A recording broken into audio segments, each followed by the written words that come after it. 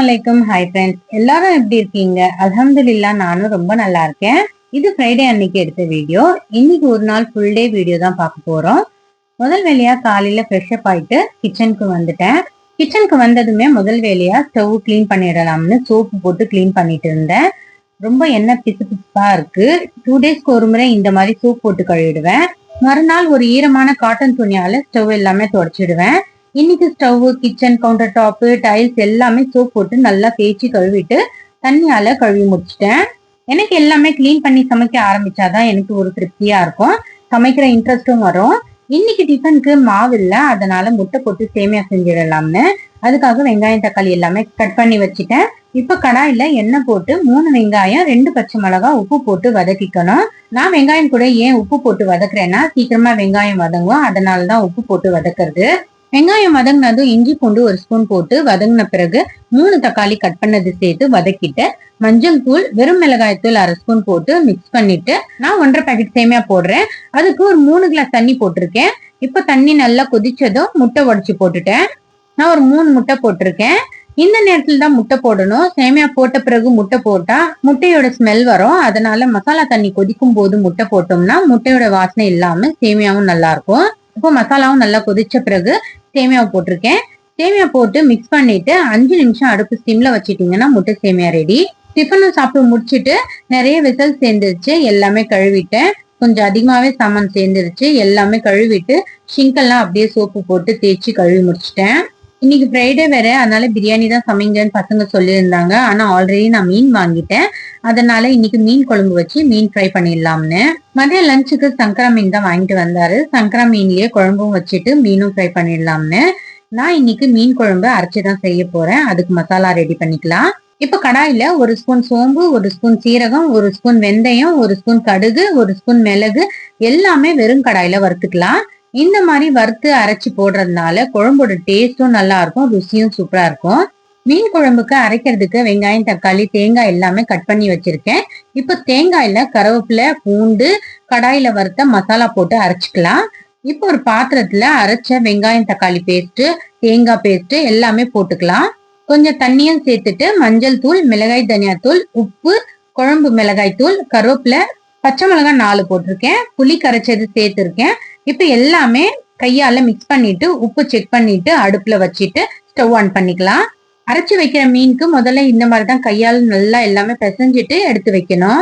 நான் 5 மீன் குழம்புல போடுறேன். மத்த மீனுக்கு மசாலா தடவி வச்சுட்டேன்.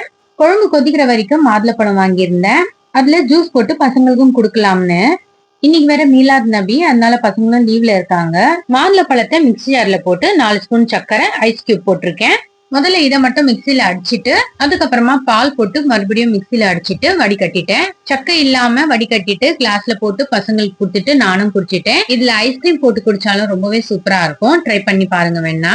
டெய்லியும் இதே மாதிரி ஃப்ரெஷ் ஜூஸ் வீட்ல போட்டு குடுக்கறதுனால பசங்களுக்கும் கொஞ்சம் ஹெல்த்தியா இருக்கும், கொஞ்சம் எனர்ஜெட்டிக்காவும் இருக்கும். ஜூஸும் குடிச்சு முடிச்சிட்டேன். இப்ப குழம்பு நல்லா கொதிக்குது. இப்ப இதுல எண்ணெய் போட்டுக்கலாம். நான் தாளிக்க மாட்டேன், இப்படிதான் எண்ணெய் போடுவேன். எண்ணெய் போட்டு நல்லா கொதிச்ச பிறகு மீனும் சேர்த்துட்டு அடுப்பு ஸ்டிம்ல வச்சுட்டேன். மீன் சேர்த்த பிறகு ஒரு 10 நிமிஷம் லோ ஃபிளேம்ல இருக்கட்டும். கொஞ்சமா கொத்தமல்லி கருவேப்பிலை சேர்த்துட்டீங்கன்னா சூப்பரான மீன் குழம்பு ரெடி ஆயிடுச்சு. நான் சமைக்கிற வரைக்கும் என் பொண்ணு வீடு ஃபுல்லா பெருக்கிட்டு மாப் போட்டு தொடச்சிட்டா. ஜோஹர் நமாஸ் படிச்சு முடிச்சுட்டு மீனும் ஃப்ரை பண்ணிட்டேன். என் பொண்ணுக்கு இன்னைக்கு ஸ்கூல்ல இருந்து ட்ரிப் கூட்டிட்டு போறாங்க, அதனால அவளுக்காக நைட்டுக்கு சிக்கன்ல ஷவர்மா மாதிரி செஞ்சு கொடுக்கலாம்னு நான் 1/4 கிலோ போன்லெஸ் சிக்கன் வாங்கி இன்னும் சின்ன சின்னதா கட் பண்ணிட்டேன். என் பையன் தான் சின்ன சின்னதா கட் பண்ணி கொடுத்தான். சிக்கனுக்கு மசாலா தடவி வச்சுட்டு 1/2 hour கழிச்சு எண்ணெயில போட்டு ஃப்ரை பண்ணிட்டேன். சிக்கன் ஃப்ரை ஆகிறதுக்குள்ள பசங்களுக்கு சாப்பாடு போட்டு கொடுத்துட்டேன். மீன் குழம்பு சூப்பரா வந்திருக்கு, டேஸ்டும் சூப்பரா இருக்கு. நான் செஞ்ச மாதிரி நீங்களும் செஞ்சு பாருங்க, டேஸ்ட் நல்லா இருக்கும். நானும் லஞ்ச் சாப்பிட்டு முடிச்சிட்டு சிக்கனை ஃப்ரை பண்ணதை எடுத்துட்டேன். என் பொண்ணுக்கு ஈவினிங் 5:45க்கு ட்ரெயின், அதனால லஞ்ச் சாப்பிட்டு முடிச்சிட்டு சீக்கிரமா ரெடி ஆயிட்டு இருந்தா. நானும் சிக்கன் எல்லாமே எடுத்துட்டு தலைவாரி முடிச்சிட்டேன். ஸ்கூல் ட்ரெஸ்ல தான் வரணும்னு சொல்லிட்டாங்க. ஒரு செட் யூனிஃபார்ம் வியர் பண்ணிட்டா, ஒரு செட் பேக்ல வச்சுட்டா. ஷூ எல்லாமே வாஷ் பண்ணியிருக்கேன், எது போட்டுட்டு போறான்னு தெரியல, அதனால எல்லா ஷூவும் வாஷ் பண்ணி வெயில்ல நல்லா காய வச்சுட்டேன். என் பொண்ணும் ரெடி ஆகிறதுக்குள்ள நானும் அவளுக்காக டின்னர் ரெடி பண்ணிடலாம்னு. பிரியாணி தான் செய்யலாம்னு பார்த்தேன், சரி மீனும் இருந்தது, அதனால மீன் குழம்பு வச்சுட்டேன். ஸ்கூல் ட்ரிப் முடிஞ்சு வரும்போது பிரியாணி செஞ்சு தரலாம்னு இருந்துட்டேன். சமைக்கும் போதே மாவு கலக்கி வச்சுட்டேன். சப்பாத்தி கட்டையால மாவை ஸ்ப்ரெட் பண்ணிட்டு தவால போட்டு சப்பாத்தி செஞ்சுட்டேன். சப்பாத்திக்குள்ள வைக்கிறதுக்கு ஸ்டஃபிங் ரெடி பண்ணிட்டேன். இந்த மாதிரி சப்பாத்தி செஞ்சு ஸ்டஃபிங் வச்சு கொடுக்கறதுனால கொஞ்சம் சாப்பிடறதுக்கும் ஈஸியா இருக்கும். அதனால இந்த மாதிரி செஞ்சு கொடுத்துட்டேன். ஃப்ரை பண்ண சிக்கன் ஒரு பவுல்ல போட்டுட்டேன். கொஞ்சமா கோசு, 1/2 ஸ்பூன் பெப்பரு, கொஞ்சமா உப்பு, மைனஸ் ஒரு 3 ஸ்பூன் போட்டிருக்கேன். ஆரிகானோ கொஞ்சமா சேர்த்துட்டு இப்ப எல்லாமே மிக்ஸ் பண்ணி விடணும். இப்ப ஸ்டஃபிங் ரெடி ஆயிடுச்சு. இந்த மாதிரி செஞ்சு கொடுத்தா என் பொண்ணு விரும்பி சாப்பிடுவா. அதனாலயே ஒரு ஈஸியா ஒரு குயிக்கா ஷவர்மா செஞ்சுட்டேன். இப்ப ஸ்டஃபிங் ரெடி ஆயிடுச்சு. இப்ப செஞ்ச சப்பாத்தில ஒரு ஸ்பூன் மயனஸ் ஸ்ப்ரெட் பண்ணிட்டு இந்த சிக்கன் ஸ்டஃபிங் நடுவுல வச்சுட்டேன். என் பொண்ணு கேப்சிகம் சாப்பிட மாட்டா, அதனால நான் போடல. இப்போ இந்த மாதிரி ரோல் பண்ணிட்டு நடுவுல டூத் பிக் வச்சு இந்த மாதிரி நடுவுல குத்திட்டேன். இந்த மாதிரி குத்திட்டு பேப்பர்ல மறுபடியும் ரோல் பண்ணிட்டு யூஸ் அண்ட் த்ரோ பாக்ஸ்ல வச்சுட்டேன். எடுத்து சாப்பிடறதுக்கும் ஈஸியா இருக்கும். பாக்ஸும் எதுக்கு அப்படியே தூக்கி போட்டுடலாம் இல்லையா. நேற்று ஈவினிங் சூப்பர் மார்க்கெட் போய் என் பொண்ணுக்கு தேவையான ஸ்நாக்ஸ் எல்லாமே வாங்கிட்டேன். அங்க பார்த்தா அவளுடைய ஃப்ரெண்ட்ஸ் வந்திருந்தா. 2 பேருமே சேர்ந்து அவளுக்கு பிடிச்ச மாதிரி ஸ்நாக்ஸ் எல்லாமே வாங்கிட்டாங்க. Biscuit, juice, jelly, chips, chocolate நிறைய வாங்கிட்டா. நானும் அப்படியே வீட்டுக்கு தேவையான ப்ரொவிஷன்ஸ் கொஞ்சம் வாங்கிட்டு பில் போட்டுட்டு வீட்டுக்கு வந்துட்டோம். ஏதாவது ஒரு சூப்பர் மார்க்கெட்டுக்கு போனா நம்ம ஒரு பட்ஜெட் பார்த்துட்டு போறோம். ஆனா அங்க பார்த்தா அதுக்கு மேல செலவாயிடுது. 1 மந்த்க்கு முன்னாடியே டிக்கெட் எல்லாம் ரிசர்வ் பண்ணிட்டாங்க. ஆக்சுவலி ஆகஸ்ட் மாசம் போறதா இருந்தது பிளான். அந்த மாசம் டிக்கெட் கிடைக்கல. செப்டம்பர் 5 தான் டிக்கெட் கிடைச்சது. அதனால அன்னைக்கு தான் புக் பண்ணியிருந்தாங்க.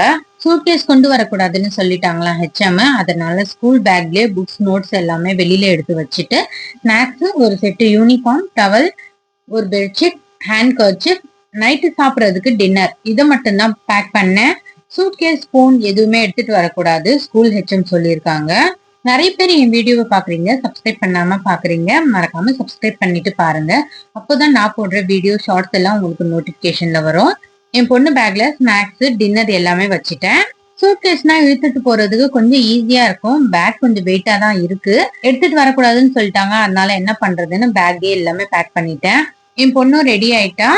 நானும் ஹஸ்பண்டும் 2 பேரும் சேர்ந்து போய் விட்டுட்டு வரலாம்னு நானும் ரெடி ஆயிட்டேன். 2 வீலர்லயே கிளம்பிட்டோம். எக்மூர் ரயில்வே ஸ்டேஷனுக்கு தான் வந்துருங்கன்னு சொல்லிட்டாங்க. அதனால ரெடி ஆயிட்டு கிளம்பியாச்சு. எக்மூர் ரயில்வே ஸ்டேஷனுக்கு வந்து ரீச் ஆயிட்டோம். எங்களுக்கு முன்னாடி நிறைய பசங்க வந்திருந்தாங்க. ஈவினிங் 4:30க்கு வந்துருங்கன்னு சொல்லியிருந்தாங்க. நாங்க கரெக்ட் டைமுக்கு போயிட்டோம். 5:45க்கு கிளம்புது ட்ரெயின். அதனால 4:30க்கு வந்துருங்கன்னு சொல்லியிருந்தாங்க. வண்டியை பார்க் பண்ணிட்டு நாங்க உள்ள போயிட்டோம். எங்க ஸ்கூல் ட்ரிப் கூப்பிட்டு போறாங்கன்னு சொல்லவே இல்லை பாத்தீங்களா. நம்ம அப்துல் கலாம் சார் பிறந்த இடம் தாங்க. ராமேஸ்வரம்க்கு தான் கூப்பிட்டு போறாங்க. எனக்கு ரொம்பவே சந்தோஷம். ராமேஸ்வரம், தனுஷ்கோடி, இன்னும் 8 பிக்னிக் பிளேசஸ்க்கு கூப்பிட்டு போறாங்க. 3 days ட்ரிப், 14 hours டிராவல். ராமேஸ்வரம்லாம் பார்க்க வேண்டிய இடம். இன்ஷால்லா நானும் ஒரு நாள் போகணும். இப்போ என் பொண்ணு போறது ரொம்பவே சந்தோஷம் எனக்கு. ஃப்ரைடே, சாட்டர்டே, சண்டே தான் வருவாங்க. எல்லாருடைய பேரண்ட்ஸும் வந்திருந்தாங்க. அவங்கவுங்க பசங்களுக்கு டிராப் பண்றதுக்கு வந்திருந்தாங்க.